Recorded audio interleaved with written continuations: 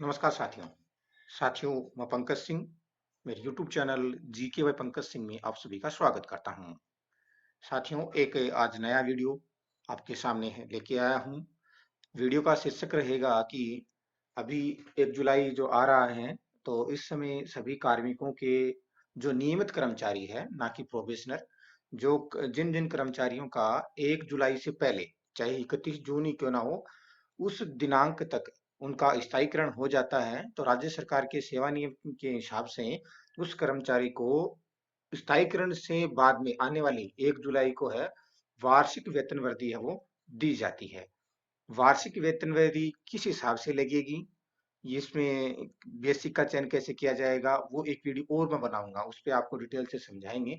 आज अपना वीडियो का जो फोकस रहने वाला है वो ये रहेगा कि 1 जुलाई को जैसे ही वार्षिक वेतन वृद्धि सभी कर्मचारियों की लगती है, तो वार्षिक वेतन वृद्धि लगने के बाद में सभी कर्मचारी हैं वो अपने 15 दिवस के पीएल का भुगतान है वो उठाते हैं। क्यों उठाते हैं, क्या कारण है, जुलाई में क्यों उठाते हैं, ये सब सवालों के जवाब हम आपसे बाद में डिस्कस करेंगे। फिलहाल वीडियो अपन शुरू करते हैं और इसमें सिर्फ मैं आपको ये सिखाऊंगा कि जिन जिन साथियों का, चाहे वो नए 2018 बैच के हों या 13 के हों या कोई भी साथी हो, जिनको पे मैनेजर के ऊपर पीएल का जो 15 दिवस का वित्तीय वर्ष 2020-21 का जो भुगतान है वो उठाने के लिए बिल बनाना है, उससे पहले कर्मचारी से लेके ट्रेजरी तक किन किन स्टेप्स से गुजरना होगा, आज हम इन सब चीजों के बारे में जानने वाले हैं। तो आइए शुरू करते हैं अपना वीडियो। सबसे पहला स्टेप अपन ये लेंगे कि जैसे ही 1 जुलाई को आपने कार्मिक की वार्षिक वेतन वृद्धि का इंदिराज है वो सेवा पुस्तिका में कर दिया है, पे मैनेजर पे आपने अपडेट कर दिया है उस चीज को, उसके बाद में क्या करेंगे कि जैसे ही कार्मिक ये कहता है कि मेरे को 15 दिवस का पीएल का भुगतान है वो उठाना है, तो आप ये करेंगे। देखिए आपके सामने जो है सामान्य संख्या 45 जीएफ एंड आर 64, इसे बोलते हैं जीए 45। ये आपको फोरम होता है, ये कार्मिक के द्वारा डीडीओ को प्रस्तुत किया जाता है। एक बार दोबारा सुनेंगे, ये फोरम जो आपके सामने अभी दिखाई दे रहा है, इसे बोलते हैं जीए 45, जीएफ एंड आर 64। ये G45 है, आपको किसी भी साइट पे मिल जाएगा या फिर अपने वीडियो डिस्क्रिप्शन में भी मैं आपको इसका लिंक है वो अवेलेबल करवा दूंगा। जब भी जरूरत पड़े आप यहाँ से डाउनलोड है वो कर सकते हैं। क्योंकि ये जो फोरम आपके सामने दिखाई दे रहा है, G45 का यूज है कार्मिक किसी प्रकार की कोई भी मेडिकल लीव लेता है, पीएल कटवाता है, या फिर किस जितने प्रकार के अवकाश हैं, चाहे वो असाधारण अवकाश हो या फिर जो भी अवैतनिक अवकाश हो, उन सभी अवकाशों के लिए ये देखिए राजस्थान सरकार राजस्थान सेवा नियमों के अंतर्गत अवकाश के लिए आवेदन पत्र है, ये G45 के नाम से ये जाना जाता है। ये ठीक है, इसे पीएल फोरम भी बोलते हैं इसे। तो ये फोरम है, इस निर्धारित प्रारूप के अंदर ये कार्मिक के द्वारा डीडीओ को, जो आहरण वितरण अधिकारी है, जो प्रिंसिपल है या फिर एचएम है, उसको ये कार्मिक के द्वारा भर के है ये दिया जाएगा। तो इसका मतलब ये होगा कि कार्मिक को है वो क्या चाहिए। देखिए इसमें सबसे पहले क्या है, आवेदन का नाम लिखेगा, कार्मिक अपना नाम लिखेगा यहाँ पे, कार्मिक पद का नाम अपना पद लिखेगा यहाँ पे, विभाग या अनुभाग ये जो भी है, शिक्षा विभाग है अपना, ये लिख दे, कार्यालय का नाम लिख देगा इसमें। वेतन है जैसे 50,008, 57,800 है, 61,300 है, 63,300, जो भी उसका बेसिक है, वेतन का मतलब यहाँ बेसिक लिखेंगे आप, है ना, बेसिक लिखेंगे। उसके बाद में यहाँ गृह किराया भत्ता, सवारी भत्ता या वर्तमान पद पर अन्य क्षतिपूर्ति भत्ता। गृह किराया भत्ता एचआरए कार्मिक है ये लेता है यहाँ पे, तो आप यहाँ एचआरए लिख देंगे, और एचआरए लेने के बाद में जो बेसिक है उस पे 8% के हिसाब से जितना बेसिक बन रहा है वो आप यहाँ पे मेंशन कर देंगे। उसके बाद में पॉइंट नंबर 6 की बात करते हैं, आवेदित अवकाश का जो प्रकार है और उसकी अवधि तथा दिनांक जिससे उसकी आवश्यकता है। मेडिकल टाइम के अंदर यहाँ पे आप मेडिकल लिख देंगे, एमएल कर देंगे, अवधि जिस डेट से ले रहे हैं वो आ जाता है यहाँ। और अगर अपन पीएल का ले रहे हैं तो यहाँ क्या आएगा, अपना जो सरेंडर है वो पीएल भुगतान 15 दिवस वित्तीय वर्ष 2020-21, आप ऐसे करके इसमें मेंशन है वो कर सकते हैं। वित्तीय वर्ष का मेंशन करना बहुत ही जरूरी होता है इसमें। उसके बाद पॉइंट नंबर 7 है, ये आप छोड़ देंगे, ये पीएल लेने के मामले में ये बिल्कुल काम नहीं आता है। अवकाश के दौरान ये बिल्कुल नहीं काम आने वाला है ये आपको। तो जो चीजें आपके काम आने वाली है मैं आपको बता देते जा रहा हूँ। तो उसके बाद में आप यहाँ पे आवेदक के हस्ताक्षर करेंगे, नाम आपका पद लिखेंगे और पद लिखने के बाद में ये आप है अपने जो नियंत्रण अधिकारी हैं, डीडीओ साहिबान है, उनको आप ये देंगे। वो क्या करेंगे, ये आगे यहाँ से जो अवकाश अनुमत होने से संबंधित जो प्रमाण पत्र है, ये यहाँ से कार्यालय से संबंधित स्टार्ट होता है। ऊपर का जो अपन ने बात किया पॉइंट, जो एक बार दोबारा देखते, पॉइंट नंबर 1 2 3 4 जो अपन ने बात की, आवेदक का नाम है, पद का नाम है, ये कार्मिक के द्वारा भरने होते हैं। कार्मिक ये भर के आपको देगा, यहाँ मेंशन कर देगा कि उसको पीएल चाहिए। इसके बाद में इसके साथ कोई पीएल उठाने के मामले में कोई दस्तावेज है वो इसके साथ में अटैच करने की आवश्यकता नहीं होती है। और उसके बाद में यहाँ आवेदक अपने साइन करेगा और पद का नाम लिखे और दिनांक सही साइन करेगा वो कि किस डेट को वो आवेदन है वो कर रहा है। ये करने के बाद में वो डीडीओ साहिबान को देगा। डीडीओ साहिबान की इसके बाद में देखिए आगे कहाँ पहुंचता है। ये अवकाश अनुमत होने संबंधी प्रमाण पत्र, ये राजपत्रित अधिकारी होंगे, उनके मामले में माले का फाल द्वारा ये लिखा हुआ अपने ये काम की ये चीज है। तो आप यहाँ जैसे आपकी कार्यालय के अंदर आ जाता है एज ए एलडीसी, आप क्या करेंगे, इसमें प्रमाणित किया जाता है कि आरएसआर के नियमों के अधीन, है ना, 15 दिवसीय वित्तीय वर्ष 2020-21 का जो परिवर्तित अवकाश है, सिलेंडर है, उसका ये भुगतान है, ये का अनुमत है। इस प्रकार आप इसमें लैंग्वेज बना लेंगे और वो यहाँ कर देंगे और यहाँ पे डीडीओ साहिबान हैं वो अपने हस्ताक्षर कर देंगे और हस्ताक्षर करने के बाद में ये आपके पास में जाएगा। इसको आप फाइल में अपने फाइल में लगाएंगे और इसके बाद में आप एक कार्यालय आदेश है वो जारी करेंगे। कार्यालय आदेश किस प्रकार से जारी करा, जैसे ही आपके पास में ये आ गया, फॉर्मा आ गया, कार्मिक ने दे दिया है, कार्मिक से होने के बाद में डीडीओ के हस्ताक्षर होने बहुत जरूरी है। डीडीओ के हस्ताक्षर जब तक नहीं हो तब तक आप इस पे किसी प्रकार की एंट्री है वो नहीं करेंगे। डीडीओ आपके जो प्रिंसिपल पीओ सर के द्वारा इससे हस्ताक्षर होने के बाद में जैसे ही आपकी सीट के पास पहुंचता है, सबसे पहले आप ये करेंगे कि इसको आप इसके आधार पे अपन है कार्यालय आदेश है वो जारी करेंगे। वो कार्यालय आदेश से किस प्रकार का फॉर्मेट रहेगा, कैसे जारी करेंगे, आइए देखते हैं। कार्यालय आदेश एक बार अपन करने से पहले, निकालने से पहले मैं आपको बताता हूँ कि अपने पास में GA45 का वर्ड का फॉर्मेट भी अपने पास में अवेलेबल है। वीडियो डिस्क्रिप्शन में इसको अटैच कर देंगे। आप जैसे इसको काम में लेना चाहें तो इसका थोड़ा सा अलग फ़ॉन्ट रखेंगे आप, इसको आप बोल्ड कर देंगे तो इसमें थोड़ा सा अलग टाइप से ये शो हो जाएगा ये। तो ये वर्ड का फॉर्मेट है, आप इसको बिल्कुल वही है, इसको आप काम में ले सकते हैं। और इसका आपको मैंने पीडीएफ कैसे किस प्रकार से बनाया जाता है ये अपना एक वीडियो मैंने बता दिया है कि वर्ड से आप पीडीएफ है वो किस प्रकार से बनाते हैं। जैसे आप इधर इसमें स्टार्ट मेन्यू में गए, यहाँ सेव एज में जाने के बाद में देखिए पीडीएफ और एक्सपीएस, इसके द्वारा अपन है इसमें जो भरा है आपने, जो भी डेटा फिल किए हैं उसके आधार पर अपन इसका पीडीएफ फॉर्मेट है वो अपन बना सकते हैं। तो इसका पीडीएफ बनाने का जो वीडियो है वो अपन पहले बना चुके हैं, आप उस वीडियो को जाके आप देख सकते हैं। वहां पे हमने इसके बारे में काफी अच्छे से बताने की कोशिश करी है मैंने। तो इस प्रकार आप इसका जो वर्ड का फॉर्मेट है वो आप काम में ले सकते हैं। वीडियो डिस्क्रिप्शन में आपका इसका लिंक मिल जाएगा, वहां से आप इसको डाउनलोड है वो कर सकते हैं। आइए अब शुरू करते हैं कार्यालय आदेश। साथियों, अभी आपके सामने जो शो हो रहा है इसे अपन बोलते हैं कार्यालय आदेश। कार्यालय आदेश उस समय जारी किया जाता है जब अपने पास में GA45 है, कार्मिक के द्वारा डीडीओ साहिबान के हस्ताक्षर होने के बाद में अपनी टेबल पे आ जाता है, तो उसके बाद में कार्यालय का काम है वो शुरू होता है। और कार्यालय का काम शुरू होने का पहला स्टेप ये होता है कि जैसे GA45 आपके पास आ जाए तो आप स्कूल के जो लेटर पैड है उसके आधार के उस पे आप है एक कार्यालय आदेश है वो जारी करेंगे। कार्यालय आदेश जब तक जारी नहीं होता है तब तक आप पे मैनेजर के ऊपर है बिल का आप एलोकेशन भी नहीं कर सकते। बाकी आप बनाने को कुछ भी बना सकते हैं, लेकिन जब तक कार्यालय आदेश जारी नहीं हो जाता उस तक तब तक उससे पहले आप उसकी डेट से पहले आप पे बिल को भी एलोकेशन है वो नहीं कर सकते। तो ये किस प्रकार से जारी किया जाता है, ये एक फॉर्मेट होता है, ये वित्त विभाग का, फाइनेंस डिपार्टमेंट का ये आदेश क्रमांक होते हैं। तो और इनके अनुसार जिस वित्तीय वर्ष के अंदर ये भुगतान कर 2021 के अंदर निम्नानुसार 15 पीएल का जो भुगतान उठाने का है, ये वर्ड का फॉर्मेट में वीडियो डिस्क्रिप्शन है अपन उसमें अटैच कर देंगे, वहां से आप इसको डाउनलोड करके आप उसमें अपने कार्यालय आदेश के अंदर वहां पे आप इसको काम में ले सकते हैं। आप क्या करेंगे इसमें, जैसे ही ऊपर का ये जो फॉर्मेटिंग है ये बिल्कुल सेम रह जाएगा। आप यहाँ पे कार्मिक का नाम लिख देंगे, उसका पद लिख देंगे, मूल वेतन, उससे मतलब है तो 1 जुलाई से आपने लगाने के बाद में वेतन वृद्धि 1 जुलाई को आपने लगाई है और जिस स्टेप पे वो गए हैं पुरानी वाली से नेक्स्ट वन स्टेप पे गए हैं वो आप यहाँ मेंशन करेंगे। नकदीकरण हेतु जिन दिनों की बात कर रही है वो 15 दिवस होता है।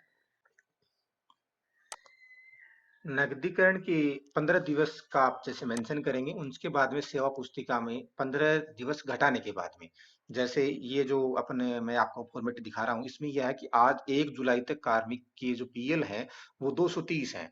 2020-21 के वित्तीय वर्ष में अपन ने 15 दिनों की सैंक्शन दे दी है, और उसके बाद में शेष जो बचती है कार्मिक के खाते में 215 पीएल है वो शेष बचती हैं। इस प्रकार से ये कॉलम रखेंगे आप, और उसके बाद में आप यहाँ थोड़ा स्पेस रखेंगे, क्योंकि अपन पे मैनेजर ने जो डिजिटल साइन है वो करना अलाउ किया है, तो अपन यहाँ पे पे मैनेजर के ऊपर डिजिटल साइन करेंगे। तो डिजिटल साइन किस प्रकार से किया जाता है पीडीएफ के ऊपर, वो अपन वीडियो बना चुके हैं, आप वहां जाके देख सकते हैं कि वो पीडीएफ के ऊपर डिजिटल साइन है वो किस प्रकार से किए जाते हैं। उसके बाद में आप यहाँ क्रमांक लगाएंगे। क्रमांक जो कार्यालय का अपना जो जिस दिन को आपसे ये G45 कार्मिक के द्वारा मिला, उसके बाद में आप किस दिनांक को ये कार्यालय आदेश जारी कर रहे हैं वो ऑर्डर नंबर आ जाएगा यहाँ पे, और वो दिनांक आ जाएगा। स्कूल का डिस्पैच नंबर यहाँ आ जाएगा। उसके बाद में प्रतिलिपि, ये श्रीमान कोषाधिकारी या उप कोषाधिकारी जिनको दे रहे हैं आप वो यहाँ लिख देंगे आप। संबंधित कार्मिक को की प्रति के ये यहाँ आ जाएगा, और कार्मिक की निजी पंजिका है जो उसके लिए यहाँ आ जाएगा, और कार्यालय प्रति के अंदर ये आ जाएगा। इस प्रकार से आप 4 प्रति के अंदर इसको बना सकते हैं। 4 प्रतियां लेंगे आप इसकी, और यहाँ नीचे ये पीओ साहिबान की दोबारा साइन यहाँ होंगी। देखिए इसमें मैं आपको यहाँ क्लियर कर दूं कि 2 बार साइन करवाने की जरूरत है वो कहाँ पड़ती है।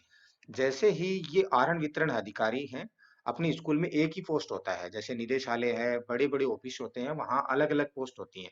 तो यहाँ जिस अधिकारी ने सैंक्शन दी है, उसके बाद में ये प्रतिलिपि प्रेषित करने का काम है, ये नीचे वाले जो सर हैं जो साइन करते हैं उनका काम होता है। लेकिन अपने यहाँ डीडीओ साहिबान वही अधिकारी होते हैं, तो वही दोनों जगह उनका ही साइन इसमें होता है। अगर अपन किसी ऑफिस में काम कर रहे होते हैं तो वहां दोनों अलग अलग साइन होते हैं यहाँ पे, कि ताकि ये प्रतिलिपि प्रेषित है कि यहाँ साइन कर देगी निम्न अधिकारियों की प्रतिलिपि प्रेषित है वो की जानी है। इस प्रकार यहाँ आप इसको मेंशन कर देंगे दोनों चीजें, और मेंशन करने के बाद में आप क्या करेंगे, ये फॉर्मेट अपना कंप्लीट हो चुका। और कंप्लीट होने के बाद में आप जैसे यहाँ मेन्यू पे जाएंगे, मेन्यू पे जाने के बाद में सेव एज के बाद में आप पीडीएफ और एक्सपीएस पे चले जाएंगे। पीडीएफ वर्कस्पेस पे जाने के बाद में आपको जैसे डेस्कटॉप पे इसको लेना है, सरेंडर ऑफिस ऑर्डर, इसमें जो भी ऑर्डर आप नाम देना चाहें वो दे सकते हैं, और उसके बाद में इसको आप है वो पब्लिश कर देंगे। जैसे ही पब्लिश कर देंगे थोड़ा सा एक वर्क होगा, और वर्क होने के बाद में इसके साथ छेड़छाड़ी नहीं करें आप, ऑटोमेटिक देखिए ये आपके सामने ये निकल के आ जाता। जस्ट 5 सेकंड आप इंतजार करेंगे, और सामने देखिए आपके सामने शानदार फॉर्मेट के अंदर आपकी ये कार्यालय आदेश है ये बन के आपके सामने आ गया है। ये आने के बाद में आप डिजिटल साइन है वो आपको ध्यान होगा, मेरा वीडियो बनाया हुआ है डिजिटल साइन किस प्रकार से करते हैं, आप वहां से जाके उस वीडियो को देख के इसमें आप डिजिटल साइन करेंगे। आपको कहीं पर भी इसका हार्ड कॉपी लेने की जरूरत नहीं है। सारा काम होने के बाद में आप हार्ड कॉपी इसका प्रिंट है वो निकाल लें, आपको पेन भी टेकने की इसमें टिकाने की जरूरत है वो नहीं पड़ेगी। ये सारा काम होने के बाद में जिस डेट से आपने यहाँ जो डेट लिखा, क्रमांक देखिए यहाँ भी सेम आएगा, जो दिनांक आएगी वही आएगी, और यहाँ पे भी वो सेम दिनांक आएगी। तो दोनों चीजें ये हो जाएंगी। इसके बाद में आपका काम है वो स्टार्ट होता है। अब आगे का क्या काम रहेगा, आइए देखते हैं।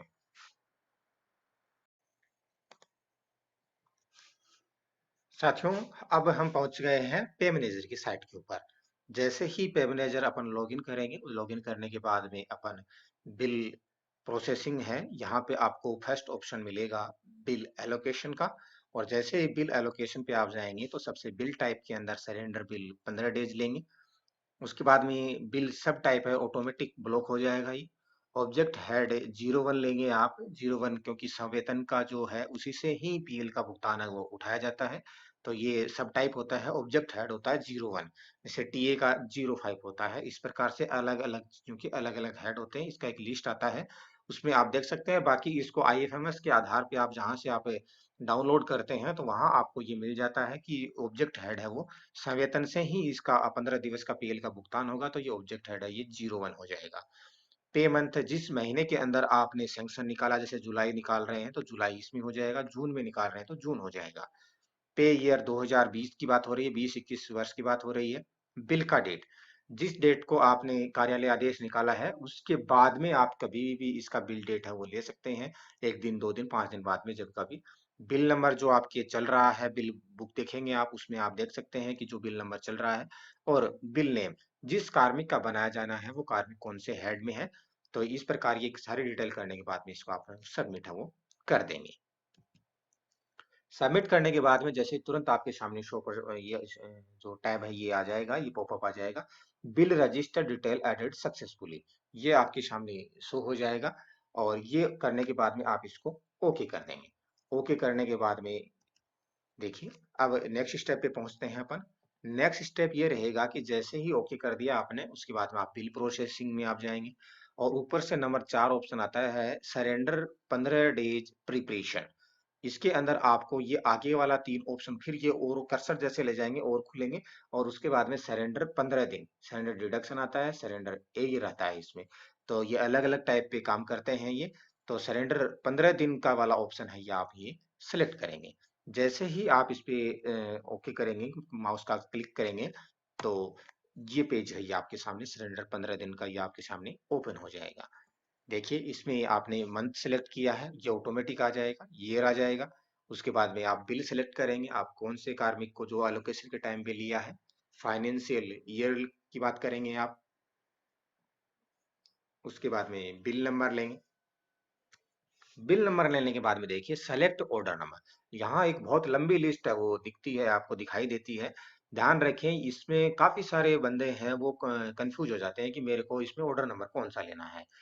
ध्यान रखें, इसमें जो आपको ऑर्डर नंबर लेना है वो एफडी रूल पे कमीशन 717। एक बार दोबारा सुनिए, एफडी रूल पे कमीशन 717, ये आपको नीचे से चलेंगे या फिर ऊपर चलेंगे, आपको ये जहां पे मिल जाएगा, ये सिंगल ऑर्डर होता है, इस टाइप का सेम टू सेम नहीं होता है। तो ये एफडी रूल पे कमीशन वाला आपको ऑर्डर लेना है, और उसके बाद में सैंक्शन डेट, ये सैंक्शन डेट वो सैंक्शन डेट होती है जिस सैंक्शन डेट के अंदर आपने कार्यालय आदेश है वो निकाला है। अपन ने अभी बात करी थी कि कार्यालय आदेश जिस टाइम पे निकाला था उस पे अपन ने ऑर्डर नंबर और डेट जो दिया था, वो डेट यहाँ सैंक्शन डेट है वो आपको देनी होती है। उसके बाद में इसको आप अगर एक ही बिल के कई कर्मचारी आपको बना रहे हैं तो आप मल्टीपल ले सकते हैं, अकेले कर्मचारी का बना सकते हैं तो आप इंडिविजुअल ले सकते हैं। उसके बाद में सर्च बाई करेंगे आप, तो सर्च बाई नेम से सर्च करना काफी इजी रहता है, क्योंकि बेल्ट नंबर होता है इसमें राजस्थान पुलिस वालों के लिए होता है। बैंक अकाउंट अपने को ध्यान नहीं होता है, एम्प्लॉय आईडी भी नहीं ध्यान होता, नाम अपने को इस चीज में ध्यान रहता है कि अपने को फला कर्मचारी का ये बनाना है।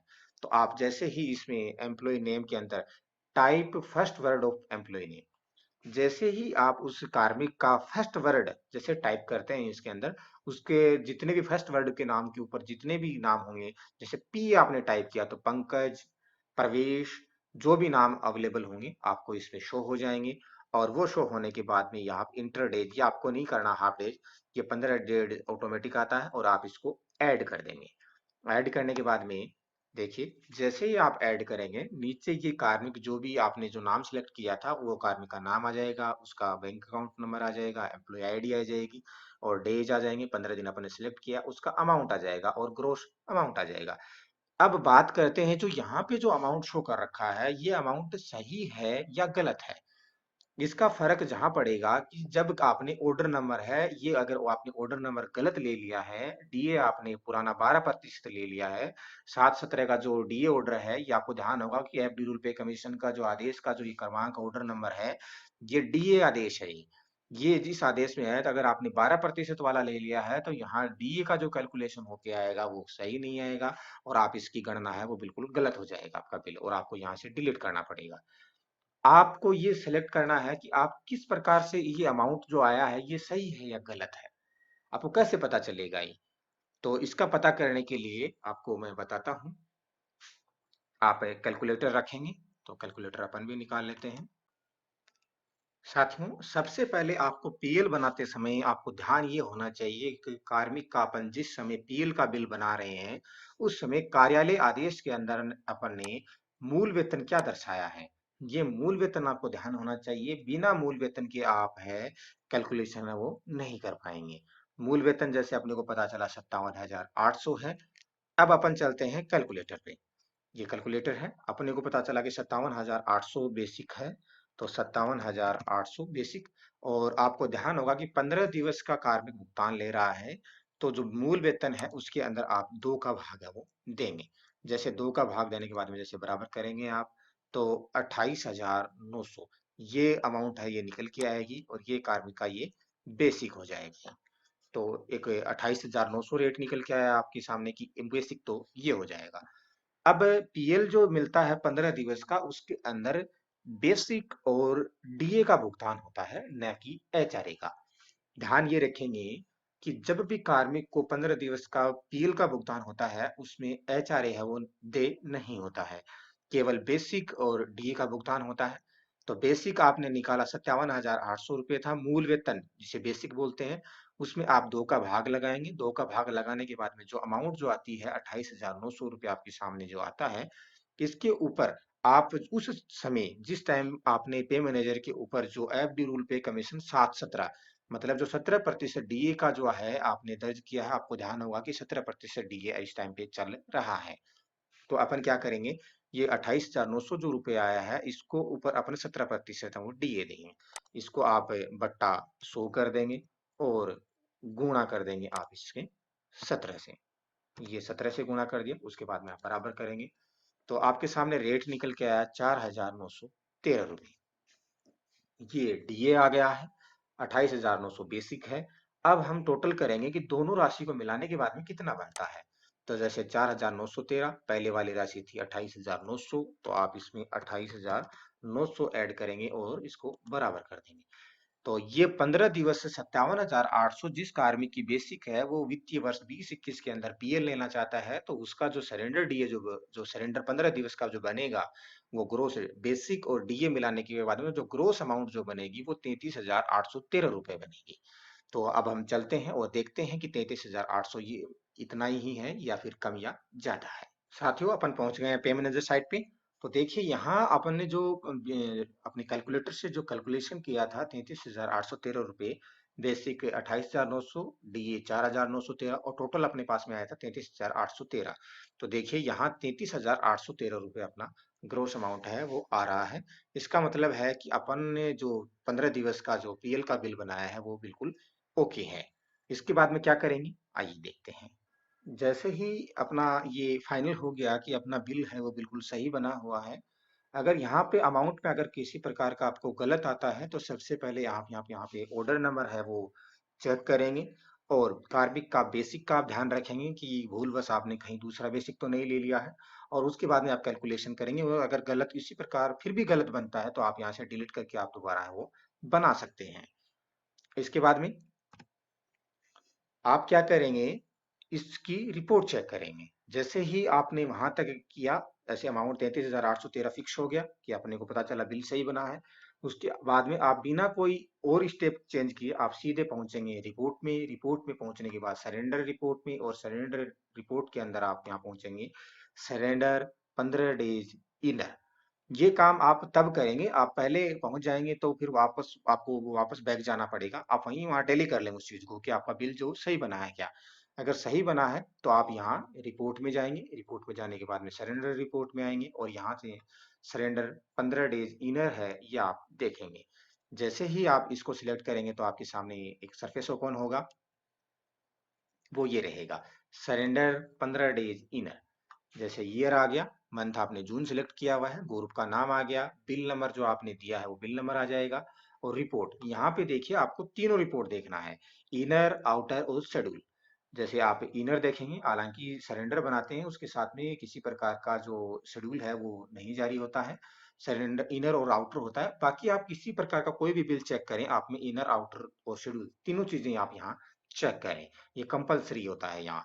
इनर चेक करेंगे और आप उसके बाद में शो रिपोर्ट है वो प्रेस करेंगे। शो रिपोर्ट करने के बाद में जैसे ही इनर है वो आपके सामने डाउनलोड होके आ जाएगा।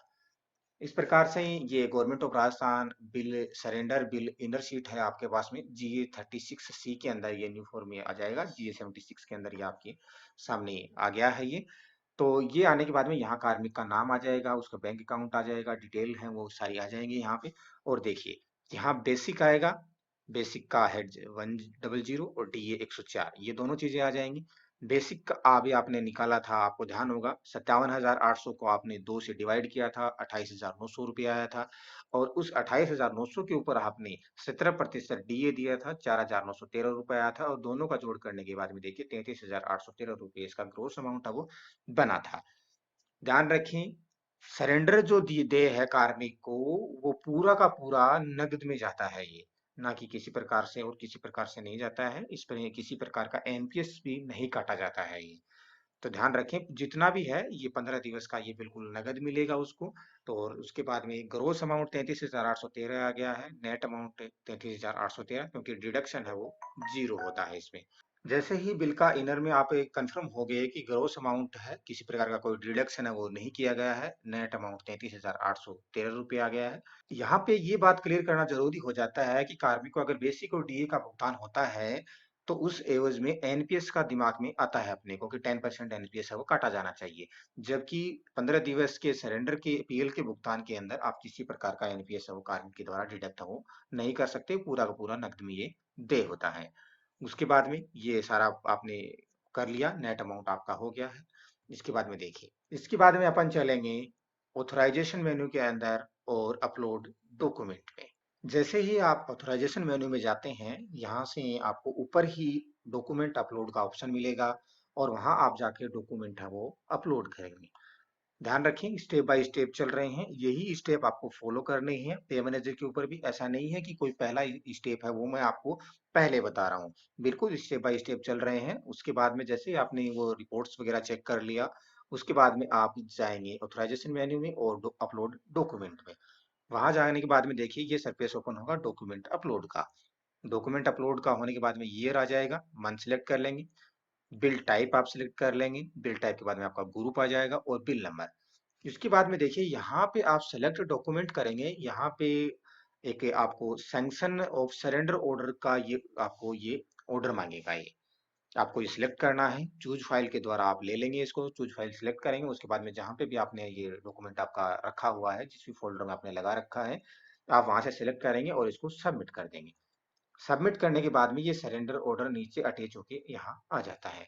आप क्या करेंगे, जैसे ही ये आ जाए नीचे, आप इसको डाउनलोड करेंगे और डाउनलोड करके देखेंगे कि बिल्कुल मैंने यही सरेंडर ऑर्डर है कार्मिक का जिसका बिल बना रहा हूँ वही लगाया है, कहीं मैंने कोई दूसरी कॉपी तो अटैच है वो नहीं कर दी है। अगर दूसरी कॉपी अटैच आपने कोई गलत लग गया है तो आप डिलीट करेंगे और दोबारा से फिर इसमें जाएंगे, सेलेक्ट डॉक्यूमेंट को करेंगे, चूज फाइल करेंगे और सबमिट है वो आप कर देंगे। इस प्रकार सरेंडर का बिल बनाते समय सैंक्शन ऑफ सरेंडर ऑर्डर एक मात्र आदेश है ये लगाना आपको होता है। इसके बाद में आप नेक्स्ट स्टेप पे जाएंगे, जैसे डॉक्यूमेंट अपलोड हो गए उसके बाद में अपन डॉक्यूमेंट अपलोड करने के बाद में जैसे डॉक्यूमेंट अपलोड हो जाता है उसके बाद में अपन है बिल को फॉरवर्ड टू डीडीओ करेंगे। ये ऑप्शन आपको मिलेगा बिल प्रोसेसिंग में, आप जाएंगे ऊपर से आप जैसे ही नीचे आएंगे फॉरवर्ड टू डीडीओ ऑप्शन आएगा और इसके थ्रू अपन बिल को है वो डीडीओ को फॉरवर्ड है वो करेंगे। जैसे ही अपन बिल वीडियो फॉरवर्ड करेंगे नेक्स्ट स्टेप ओपन होगा। इसमें आप मंथ है, ईयर सेलेक्ट करेंगे, सरेंडर टाइप से बिल का टाइप है जैसे सरेंडर हो सैलरी हो जो भी बना रहे हैं, इसमें अपन सरेंडर बिल टाइप करेंगे। और SF2 जो ग्रुप आपका जो नाम दिया होता है, हर स्कूल में हर पे मैनेजर पे इसका अलग अलग ग्रुप होता है, तो आप इसको बिल ग्रुप का बिल नेम सेलेक्ट कर लेंगे। और उसके बाद में जैसे ही आप इसमें सेलेक्ट करेंगे नीचे आपके SF2 ग्रुप के आपने जितने भी सरेंडर ऑर्डर बना रखे हैं वो सारे आ जाते हैं। यहाँ आप इस पे टिक मार्क करेंगे, टिक मार्क करने के बाद में आप डिटेल चेक करेंगे, भी 40 नंबर बिल आपने बनाया है, 12/6 का डेट है, बजट हेड आ जाएगा आपके सामने, BFC टाइप आ जाएगा इसमें। और ये ऑब्जेक्ट हेड अपन ने 01 जिस टाइम पे एलोकेशन किया था उस टाइम पे अपन ने डाला था, डिमांड नंबर 24 होता है इसका संवेतन का। ये आपके सामने आ जाएंगे, जैसे ही आप क्या करेंगे इस पे टिक मार्क करेंगे, इस बॉक्स पे टिक मार्क करेंगे और उसके बाद में फॉरवर्ड करेंगे। जैसे ही आप फॉरवर्ड करेंगे उसके बाद में विल फॉरवर्डेड सक्सेसफुली आपके सामने ये मैसेज प्रदर्शित होगा और इस प्रदर्शित मैसेज को आप ओके करेंगे। इसके बाद में आपको पता चल जाएगा कि अपना बिल है वो डीडीओ को फॉरवर्ड है वो हो गया है। बिल को डीडीओ फॉरवर्ड करने के बाद में नेक्स्ट स्टेप पे चलते हैं अपन। अब जैसे ही बिल को डीडीओ फॉरवर्ड आपने कर दिया है, तो आपको ध्यान ये रखना है बिल को डीडीओ फॉरवर्ड करने के बाद में पहले चेकलिस्ट है वो जारी होता था, लेकिन अब पे मैनेजर ने जो प्रक्रिया चेंज करी है उसमें उसके द्वारा क्या करना है, चेकलिस्ट जारी होना बंद हो गया है और बिल को डीडीओ फॉरवर्ड करने के बाद में आप हैं बिल की रिपोर्ट देखेंगे। रिपोर्ट्स में चलेंगे अपन, रिपोर्ट्स में जाने के बाद में सरेंडर रिपोर्ट में चलेंगे और यहाँ जाके आप सरेंडर 15 डेज इनर है वो देखेंगे। क्योंकि आपको ध्यान होगा कि बिल को डीडीओ फॉरवर्ड करने के बाद में बिल की जो रिपोर्ट्स देखने हैं, चाहे वो सरेंडर बिल हो, चाहे सैलरी बिल हो या फिर किसी भी प्रकार का बिल हो, बिल को डीडीओ फॉरवर्ड करने के बाद में आपको इनर, आउटर और शेड्यूल देखना कंपलसरी है। आप जैसे ही सैटरडे इनर पे सिलेक्ट करेंगे उसके बाद में ईयर पे आ जाएगा, मंथ सेलेक्ट कर लेंगे, ग्रुप का नाम सेलेक्ट करेंगे, बिल नंबर आ जाएगा यहाँ और रिपोर्ट्स। देखिए यहाँ आपको इनर, आउटर और शेड्यूल तीनों टाइप के आपको देखने हैं। इनर पे करेंगे क्लिक, आप रिपोर्ट डाउनलोड करेंगे, शो करेंगे उसको, देखेंगे कि बिल सही है। चेकलिस्ट अब वो जारी नहीं होगी, फाइनल लिस्ट जारी होगी, वहां पे आप देखेंगे बिल्कुल सही है। आप फिर आउटर देखेंगे, आप देखेंगे कि बिल्कुल सही है। उसके बाद में आप शेड्यूल है तो वो देखेंगे, शो रिपोर्ट करेंगे और तीनों रिपोर्ट देख लेंगे क्योंकि पे मैनेजर इनको काउंट करता है। जब तक आप यहाँ से रिपोर्ट्स नहीं देखेंगे आगे का स्टेप अपन फॉलो नहीं कर पाएंगे। जैसे ही आपने यहाँ तीनों रिपोर्ट्स देख ली, रिपोर्ट्स देखने के बाद में आप जाएंगे ऑथराइजेशन मेन्यू के अंदर, अपन चलते हैं और यहाँ देखिए डॉक्यूमेंट डिजिटल साइन न्यू। साइन करने के दो ऑप्शन है वैसे, डॉक्यूमेंट डिजिटल साइन और डॉक्यूमेंट डिजिटल साइन न्यू। दोनों में आप जाके डिजिटल साइन है वो कर सकते हैं। इस सिलेक्ट ऑप्शन पे सिलेक्ट करेंगे, जैसे ही इसको सिलेक्ट करेंगे आप नेक्स्ट सरफेस पे चले जाएंगे। डॉक्यूमेंट डिजिटल सिग्नेचर ये सरफेस आपके सामने ओपन हो जाएगा और उसमें आप ईयर सेलेक्ट करेंगे, मंथ सेलेक्ट करेंगे, सरेंडर टाइप जो बिल का टाइप है वो सरेंडर सेलेक्ट करेंगे और ग्रुप नेम सेलेक्ट करेंगे। ये करने के बाद में जैसे ही आप यहाँ ग्रुप नेम सेलेक्ट करेंगे उस ग्रुप के नाम से जितने भी डीडीओ फॉरवर्ड रेट जो बिल है, फॉरवर्ड रेट जो बिल हैं आपने जो डीडीओ को फॉरवर्ड किए हैं वो सारे के सारे यहाँ पर दर्शित हो जाएंगे। एक बिल है या फिर दो बिल है, तीन बिल है। देखिए अपन जैसे जुलाई की बिल बनाएंगे, यहाँ पे अपन जुलाई सिलेक्ट करेंगे, सैलरी सिलेक्ट करेंगे तो यहाँ जितना जो ग्रुप सिलेक्ट करेंगे उसके ग्रुप के सारे आपको बिल हम प्रदर्शित हो जाएंगे। आप बिल नंबर सेलेक्ट करेंगे, यहाँ जैसे टिक मार्क करेंगे, जब तक टिक मार्क आप नहीं करेंगे आगे का सरफेस है ये ओपन नहीं होगा। जैसे ही आप चेकबॉक्स पे टिक किया आपने, टोटल फाइल आ गई। ये तीन जो टोटल फाइल यहाँ शो हो रही है ये तभी शो होती है जब आपने बिल को डीडीओ फॉरवर्ड करने के बाद में रिपोर्ट्स हैं वो देखी होती हैं। अगर आपने यहाँ रिपोर्ट्स नहीं देखी हैं तो जैसे आपने डीडीओ फॉरवर्ड रेट बिल को किया उसके बाद में आपने रिपोर्ट्स नहीं देखी और आप डायरेक्ट ऑथराइजेशन मेन्यू में जाके आप डॉक्यूमेंट डिजिटल सिग्नेचर करने चले गए तो यहाँ टोटल फाइल जीरो शो होगा या फिर एक शो होगा। जबकि अपने को ध्यान है कि जो बिल है वो पूरा शो होना चाहिए, इनर, आउटर और शेड्यूल तीनों सिलेक्ट शो होने चाहिए, तभी बिल है वो पूरा कंप्लीट है वो माना जाता है। तो जैसे ही आप यहाँ पहुंच जाएंगे, इसको चेकबॉक्स को टिक करेंगे, इसके बाद में तीन फाइल आ जाएंगी।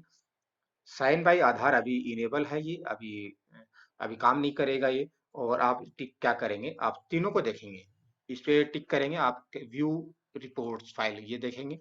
रिपोर्ट्स डाउनलोड है, जिप फाइल में डाउनलोड होंगी। यहाँ इनर, आउटर, शेड्यूल तीनों डाउनलोड हो जाएंगे, उनको देख लेंगे आप। व्यू डॉक्यूमेंट करेंगे, डॉक्यूमेंट में आपने जो जो डॉक्यूमेंट लगाए हैं वो देख लेंगे आप। उसके बाद में आप इस पे टिक करेंगे और सेलेक्ट सिग्नेचर करेंगे। सेलेक्ट सिग्नेचर करने के बाद में देखिए जैसे ही सिलेक्ट सिग्नेचर सिग्नेचर आप करते हैं एक नया बॉक्स है वो ओपन होता है। ध्यान रखें जब तक डीडीओ फॉरवर्डेड करने के बाद में रिपोर्ट्स देखने तक आप कोई सा भी ब्राउज़र है वो यूज़ कर सकते हैं, चाहे वो क्रोम यूज़ करें, चाहे फायरफॉक्स यूज़ करें, चाहे एज यूज़ करें, जो भी आपके सिस्टम के अंदर आपके पास में जो भी ब्राउज़र अवेलेबल है आप उसमें देख सकते हैं। लेकिन ध्यान रखिए डिजिटल साइन करेंगे आप उसके लिए शर्त ये है कि आपके पास में इंटरनेट एक्सप्लोरर है वो 11 या उससे अधिकतम वर्जन का होना चाहिए, तभी आप हैं ये डिजिटल साइन है वो कर सकते हैं। तो बिल बना आप कहीं भी सकते हैं, कोई से ब्राउज़र पे आप बना सकते हैं, लेकिन डिजिटल साइन करने के लिए आपको इंटरनेट एक्सप्लोरर है ये आपके पास में होना ज़रूरी है। जब अगर आपके पास में इंटरनेट एक्सप्लोरर नहीं है और आप बिल को ऑथराइजेशन में सिलेक्ट करते चले गए, यहाँ आपने बिल सेलेक्ट कर लिया, रिपोर्ट देख लिया, डॉक्यूमेंट देख लिया, उसके बाद में आप साइन बाय डीएससी करेंगे तो यहाँ डीएससी नॉट एग्जिस्ट ये ऑप्शन दिखा देगा। तो आपको ध्यान आ जाना चाहिए इस बात के लिए कि अपन जो इस ब्राउजर में जो काम कर रहे हैं वो ब्राउजर है वो सपोर्टेड नहीं है। और इंटरनेट एक्सप्लोरर में आप करेंगे तो नीचे फिक्स सेटिंग फॉर मी और सेटिंग ये नाम एनी टाइम रिस्क होना चाहिए। अगर आपने फिक्स सेटिंग फॉर मी आपने ये कर दिया तो ये मामला गड़बड़ हो जाएगा, उसके बाद में दोबारा आपको सेटिंग इसकी करनी पड़ेगी। तो इसके साथ किसी प्रकार की कोई छेड़छाड़ी नहीं करेंगे आप। तो साइन बाय डीएससी करने के बाद में सिलेक्ट सिग्नेचर करेंगे इंटरनेट एक्सप्लोरर पे। ध्यान रखें डिजिटल साइन है वो इंटरनेट एक्सप्लोरर के माध्यम से ही किए जाएंगे। जैसे ही आप इस पर सेलेक्ट करेंगे, ये आपके पास में डीएससी लगा हुआ है, अपने पीसी में जो भी डीएससी लगा रखा है वो यहाँ आपके शो हो जाएगा। यहाँ आपके वीडियो का नाम वगैरह आ जाएगा, जो सारा जो प्रोसेस है वो आपके सामने आ जाएगा। जैसे ही आपके सामने ये बॉक्स ओपन हो जाए, यहाँ आप ओके प्रेस करेंगे और ओके प्रेस करने के बाद में आप नेक्स्ट से ये बंद हो जाएगा।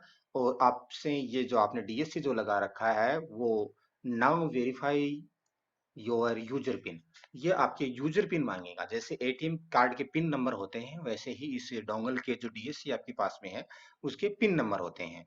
आप उसका पिन नंबर अपने वीडियो साहिबान से पूछ सकते हैं, और आपको अगर ध्यान है तो आप यूजर पिन के माध्यम से यहाँ करने के बाद में आप पिन लगाएंगे, और पिन लगाने के बाद में आप इसको लॉग इन करेंगे।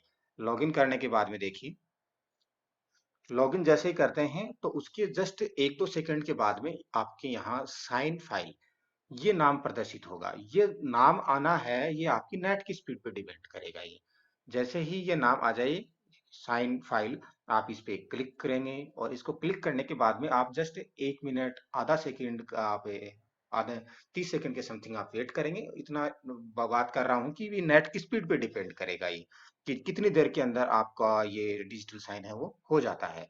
तो जैसे ही आप इस पे क्लिक करेंगे और थोड़ा सा इंतजार करें, धैर्य बनाए रखेंगे, और उसके बाद में देखिए ये जैसे ही आपके इसे टिक करेंगे, टिक करने के बाद में साइन फाइल सक्सेसफुली का ये मैसेज प्रदर्शित होगा, और आप इसको ओके कर देंगे। इसका मतलब ये हुआ कि अपने को बिल जो अपना था उस पर डिजिटल साइन है वो हो गए हैं। अब इसको चेक करेंगे आप कि डिजिटल साइन फाइल सक्सेसफुली आ तो गया है, ये हुए कि नहीं हुए। तो इसको ओके करेंगे। ओके करने के बाद में आप साइन रिपोर्ट डाउनलोड करेंगे, क्योंकि व्यू रिपोर्ट और व्यू डॉक्यूमेंट अपन पहले कर चुके हैं। डिजिटल साइन से पहले की प्रोसेस है ये, और ये बाद की प्रोसेस है साइन रिपोर्ट। ये साइन रिपोर्ट्स आप जैसे टिक करेंगे नीचे, ये आप डाउनलोड होके आ जाएगा ये फाइल के अंदर। यहाँ अपन सेव करेंगे, सेव करने के बाद में आपसे ये ओपन पूछेगा, ओपन फोल्डर पूछेगा, व्यू डाउनलोड्स दिखेगा। तो आप जहाँ पे भी ये जो भी ऑप्शन आप काम में लेना चाहें सेव कर लें इस फाइल को, और सेव करने के बाद में आप इसके ये ऑटो में आपके डाउनलोड में मिल जाएगा आपको। ये करने के बाद में अब आप क्या करेंगे, इतना सब काम करने के बाद में अब आप बिल को ट्रेजरी फॉरवर्ड करेंगे। ट्रेजरी फॉरवर्ड करने के लिए ऑथराइजेशन मेन्यू के अंदर आप bill forward to treasury option आएगा, ये ऑप्शन आप सिलेक्ट करेंगे, और ये सिलेक्ट करने के बाद में ये नया सरफेस ओपन होगा। इसमें मंथ आएगा, ईयर आएगा, सेलेक्ट बिल टाइप आप सेलेक्ट करेंगे, और बिल का नाम सेलेक्ट करेंगे। उसके बाद में देखिए यहाँ टिक को क्लिक करेंगे, बिल नंबर आ जाएगा, बिल डेट आ जाएगा, बजट की डिटेल आ जाएंगी, और जो आपने जो बिल बनाया है उसका नेट अमाउंट कितना है, 23,813 रुपये था, आपको ध्यान होगा। ग्रोस अमाउंट कितना वो आ जाएगा। और आप जो बिल बना रहे हैं वो एसएसए के हेड से बना रहे हैं या फिर एसएफ के हेड से बना रहे हैं, क्योंकि अगर आपने बिल को टाइप को आपने एसएसए का है, सर्व शिक्षा अभियान का अगर आपके पास में बजट है, तो यहाँ जो अमाउंट जो आएगा वो 60:40 पे फीड किया जाएगा। 60% सेंट्रल गवर्नमेंट का होगा, और 40% है वो स्टेट गवर्नमेंट का होगा। तो आप क्या करेंगे, जो ग्रोस अमाउंट जो दिखाई दे रहा है आपको 33,813, इसका आप 60% निकाल लेंगे। 60% निकाल के उस अमाउंट को सीए में फीड कर देंगे, और 33,813 का 60% निकालने के बाद जो 40% जो बचेगा वो आप एसएफ में फीड करेंगे, और उसके बाद में आप सबमिट पे प्रेस करेंगे। सबमिट पे प्रेस करेंगे तो दोनों जो एसएफ और सीए का जो अमाउंट है वो ना ही तो इससे लेस देन होना चाहिए, ना ही ग्रेटर देन होना चाहिए। सेम टू सेम अमाउंट 33,813 आएगा, तो दोनों अमाउंट फीड हो जाएगा, और सबमिट कर देंगे। सबमिट करने के बाद में देखिए, सबमिट करेंगे, सबमिट करने के बाद में आप इसके बाद में इसको ये ब्लॉक हो जाएंगे सारे के सारे डाटा, और आप इस बिल को करेंगे फॉरवर्ड। ध्यान रखें वैलिडेट बजट है, ये बजट नया होगा तो भी आप इसको वैलिडेट कर सकते हैं। ये ऑप्शन किसी काम का नहीं है फिलहाल, इसका यूज नथिंग है इसका। आगे क्या पता आईएफएमएस से इसको जोड़ दें तब बात दूसरी रहेगी। अभी फिलहाल अब वैलिडेट बजट आप करने को कर सकते हैं, ना ही बजट आपके हेड में नहीं है तो भी वैलिडेट हो जाएगा, और फॉरवर्डेड भी हो जाएगा। तो ध्यान रखें इसको, तो फॉरवर्डेड करेंगे आप ये, और उसके बाद में आप क्या करेंगे, जैसे ट्रेजरी फॉरवर्ड हो गया सक्सेसफुली का मैसेज आ गया, तो आप क्या करेंगे, अब रिपोर्ट्स को डाउनलोड करेंगे। ध्यान रखें, जब तक ये नया वाला प्रोसेस नहीं था तब तक अपन क्या करते थे, रिपोर्ट में जाके सरेंडर रिपोर्ट के अंदर अपन इसको डाउनलोड करते थे। देखिए अपन अभी दिखाता हूँ, अपन अभी किया था अपन ने, देखिए रिपोर्ट्स में जाते थे, रिपोर्ट्स में जाने के बाद सरेंडर रिपोर्ट के अंदर अपन यहाँ से बिल को रिपोर्ट्स को ट्रेजरी फॉरवर्ड करने के बाद सरेंडर रिपोर्ट को यहाँ से डाउनलोड करते थे। लेकिन अभी पे मैनेजर ने पिछले 2-4 दिन से जो चेंज किया प्रोसेस है, उसमें आप यहाँ से रिपोर्ट्स है वो डाउनलोड नहीं कर सकते। आप यहाँ से डाउनलोड करने का कोई महत्व है वो नहीं रह जाता है। तो आप कैसे क्या डाउनलोड करेंगे, चलते हैं अपन अगली स्टेप पे। बिल को ट्रेजरी फॉरवर्ड कर दिया। ट्रेजरी फॉरवर्ड करने के बाद में देखिए ऑथराइजेशन मेन्यू के अंदर ही ऑफलाइन बिल सबमिशन ऑप्शन आएगा और यहाँ 3 ऑप्शन मिलेंगे आपको: upload sign report, download sign report और reference number wise document status. तो ये जो सेकंड ऑप्शन है डाउनलोड साइन रिपोर्ट, यहाँ से आपसे साइन रिपोर्ट्स हैं जो ट्रेजरी फॉरवर्ड की हुई हैं, आपको डिजिटल साइन की हुई फाइल रिपोर्ट है, वो यहाँ से आपको डाउनलोड करनी है। जैसे ही साइन रिपोर्ट पे आप क्लिक करेंगे उसके बाद में ये नया सरफेस ओपन होगा और इसमें 2 लेवल दिए हुए हैं, डीडीओ लेवल और ट्रेजरी लेवल। ध्यान रखिए डीडीओ लेवल का जो ये काम करेगा, ये ऑप्शन है, ये बिल फॉरवर्ड करने से पहले का काम का था। तो आपके लिए जो काम का ऑप्शन रहेगा वो ट्रेजरी लेवल का रहेगा। ट्रेजरी लेवल पे आप इंटर रेफरेंस नंबर, आपको ध्यान होगा बिल के कोने के अंदर जो इनर शीट आउटर शीट आप देख रहे हैं, उसके अंदर आप इसको ट्रेजरी लेवल पे जाके कॉर्नर पे रेफरेंस नंबर ध्यान रखेंगे आपको।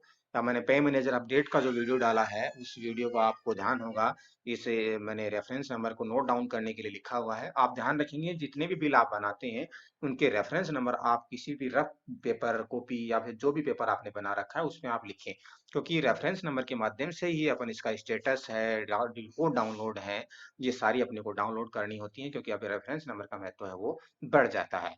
तो यहाँ आप रेफरेंस नंबर डाउनलोड करेंगे और उसके बाद में आप सबमिट करेंगे। सबमिट करते ही यहाँ से आपको रिपोर्ट्स हैं वो डाउनलोड है वो हो जाएंगी। उसके बाद में रिपोर्ट्स आपने डाउनलोड कर ली। अब आपको यहाँ चेक ये करना है कि आपने जो बिल बनाया है, ट्रेजरी फॉरवर्ड किया है, वो बिल्कुल एक्यूरेट, बिल्कुल सही है क्या। तो आप क्या करेंगे, यही ऑथराइजेशन मेन्यू के अंदर ऑफलाइन बिल सबमिशन के अंदर upload sign report, download sign report, तो ये अपन रिपोर्ट डाउनलोड कर ली। और reference number wise document status, ये ऑप्शन अब काम का रहेगा अपनी। तो जो ये सो टिक करेंगे आप, इस reference number wise document status आप चेक करेंगे, इसमें आप यहाँ पे इंटर रेफरेंस नंबर डालेंगे। रेफरेंस नंबर डालने के बाद में आप इसको सबमिट करेंगे। सबमिट करते ही देखिए आपके सामने ये रेफरेंस नंबर जो बिल के आपने डाले हैं वो रेफरेंस नंबर आ जाएगा, आपकी ट्रेजरी का नाम आ जाएगा, बिल का डेट आ जाएगा, बिल नंबर आ जाएंगे। और यहाँ ट्रेजरी ने जो आपको बिल को जो टोकन नंबर दिया है वो यहाँ प्रदर्शित हो जाएगा। जब तक ये स्लाइड ही आपके सामने शो नहीं होती, इसका तब तक ये माने कि आपका बिल है वो कहीं न कहीं ज़रूर है वो गड़बड़ है। तो ये जैसे ही ये प्रदर्शित हो जाता है, ये बॉक्स आपके सामने आ जाता है, तो इसका मतलब आप ये समझे कि जो आपने बिल जो फॉरवर्ड किया है, बिल्कुल ट्रेज़री तक बिल्कुल सकुशल है वो पहुँच गया है।